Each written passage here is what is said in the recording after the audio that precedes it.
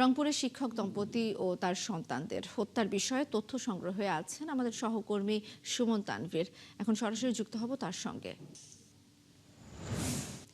তানভীর, আপনি ঘটনাটি নিয়ে বিস্তারিত তথ্য সংগ্রহ করছেন। পুলিশ প্রশাসন ও স্থানীয়দের সঙ্গে কথা বলে এখন পর্যন্ত কি জানা গেছে, তারা কি বলছেন জানাবেন।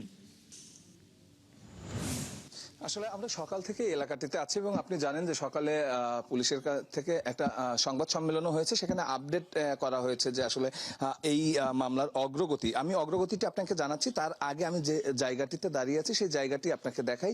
এই যে গণপতি বাসার ছাদটি, অর্থাৎ এই ছাদের যে টাঙ্কিটি দেখা যাচ্ছে, সেই টাঙ্কিতেই কিন্তু গণপতির আসলে মরদেহটি পড়েছিল এবং বলা হচ্ছে যে আমি যে ছাদটিতে দাঁড়িয়ে আছি এই ছাদ থেকেই সেদিন রাতে আসলে কিলাররা মুগ্ধরা এই ছাদ থেকেই ঠিক এই ছাদটিতে উঠে তারা ওই পাশটিতে গিয়েছেন এবং ওই পাশের এই ছাদটিতে তারা হচ্ছে সেদিন রাতে ইয়াবা সেবন করছিলেন।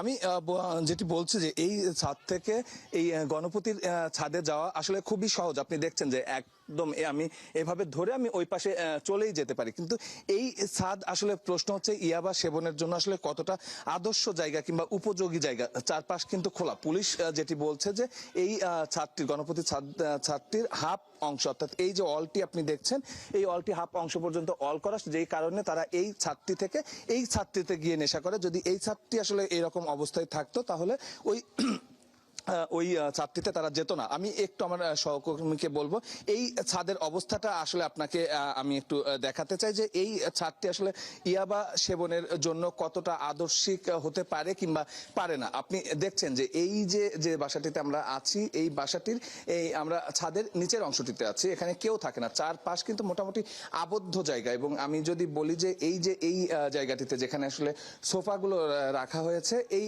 জায়গাগুলোতে বসে কিন্তু খুব ভালোভাবে আসলে ইয়াবা সেবন সম্ভব।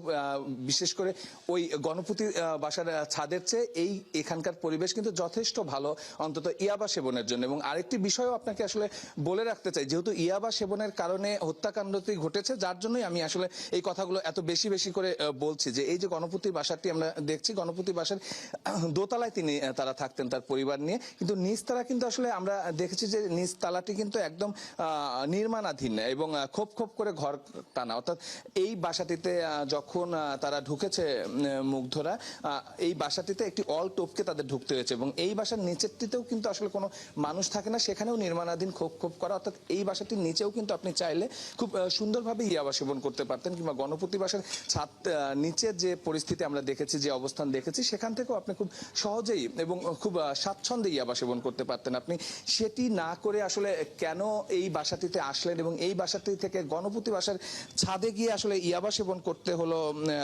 মুগ্ধদের, সেই প্রশ্নটি কিন্তু শুধু আমরা না, এই এলাকার যারা আছে তারা কিন্তু সেই প্রশ্নটি করে যাচ্ছে এবং আমরা দেখেছি এই এলাকায়। সুমন তানভীর, আপনাকে অসংখ্য ধন্যবাদ। আপনি সেখানে রয়েছেন, নিশ্চয়ই পরবর্তীতে আপনার সঙ্গে আবারও যুক্ত হব। দর্শক, আমাদের সঙ্গে রংপুর থেকে যুক্ত ছিলেন সহকর্মী সুমন তানভীর।